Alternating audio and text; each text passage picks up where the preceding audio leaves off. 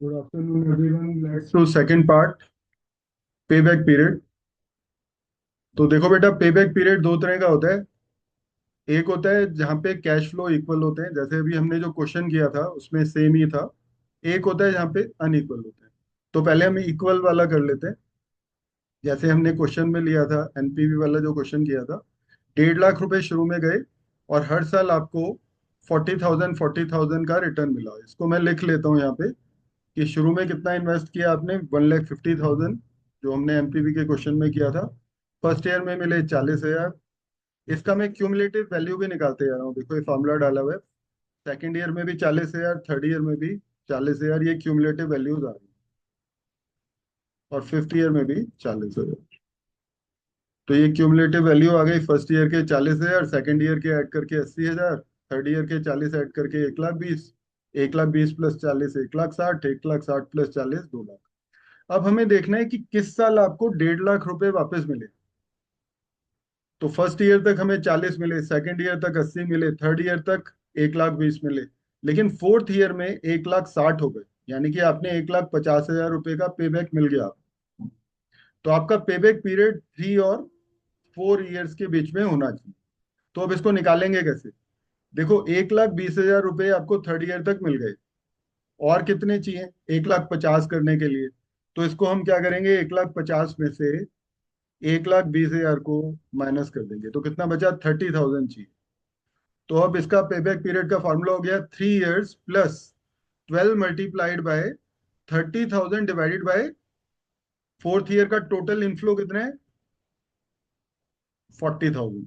तो 30,000 divided by 40,000, तो हम इसको कैलकुलेट करेंगे तो ये हो जाएगा 3 ईयर्स एंड 9 मंथ।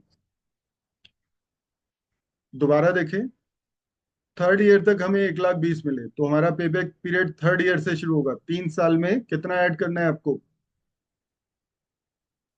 1.5 लाख में से 1,20,000 कम कर दिया, 30,000 और चाहिए। और टोटल कितने मिले हैं थर्ड फोर्थ ईयर में, 40,000। तो 30,000 को 40 से डिवाइड करना है और 12 से मल्टीप्लाई कर देना है, तो ये आ गया 9 महीने। 3 साल 9 महीने। ये तो हो गया इक्वल कैश फ्लो। इसका एक सीधा साधा फॉर्मूला भी है। आप क्या करोगे, इसको 1.5 लाख को मल्टीप्लाई कर दो, डिवाइड कर दो, इक्वल कैश कैश फ्लो है ना, 40,000 से डिवाइड कर दो, तो आ गया 3.75 ईयर्स। अब 3.75 ईयर्स का क्या मतलब है? 3.75 ईयर्स का मतलब है 3 ईयर्स प्लस 9 मंथ्स। 0.75 ईयर्स क्या होता है?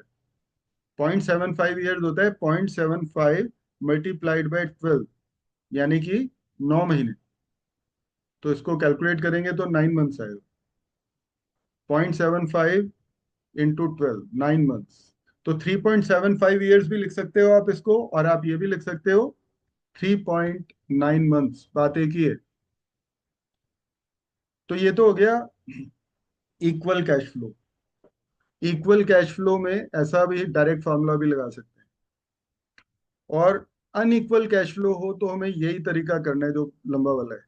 तो इसमें जैसे फर्स्ट ईयर में मान लो 80,000 मिल गए, सेकेंड ईयर में 70,000 मिल गए, तो आपका कैश फ्लो तो 1.5 लाख रुपए यही हो गया। आपको 1.5 लाख रुपए सेकेंड ईयर में हो गए, देर आर नो फ्रैक्शंस। तो इसका पेबैक पीरियड कितना है 2 साल। अब इसको हम क्या करते हैं, मान लो कि सेकेंड ईयर में मैं 50 कर देता हूँ। अब निकालो आप इसका cash flow.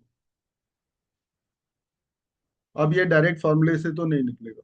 Cash flow, cash outflow divided y equal cash flow से तो नहीं निकलेगा। इसको हम कैसे निकालेंगे, यही फॉर्मूला लगा के। फर्स्ट ईयर तक 80 मिले, सेकेंड ईयर तक 1,30,000 मिले, और थर्ड ईयर में आपको पे बैक हो रहा है आपका 1 लाख, 1.5 लाख से ऊपर हो रहा है, तो इसमें हम डिफरेंस ले लेंगे।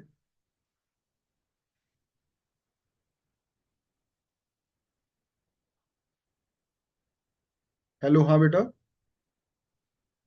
हाँ राज, बोलो। चलो, राज का फोन आया था, उसको कुछ प्रॉब्लम है, बाद में देखते हैं।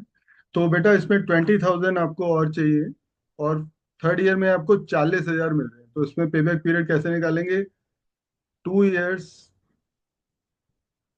प्लस 20,000 इसमें और चाहिए आपको। और थर्ड ईयर में जो इनफ्लो हो रहा है वो हो रहा है 40,000 का।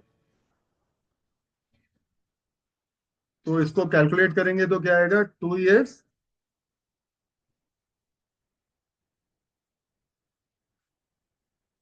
हेलो, हाँ राज बोलो बेटा। 2 इयर्स एंड 6 मंथ्स। तो ये हो गया आपका अनइक्वल कैश फ्लो का पे बैक पीरियड। हाँ राज बोलो बेटा। आज हम इतना ही करेंगे, मैं राज से बात कर लेता हूँ, फिर मैं दूसरा टेक्निक शो करता हूँ। Thank you.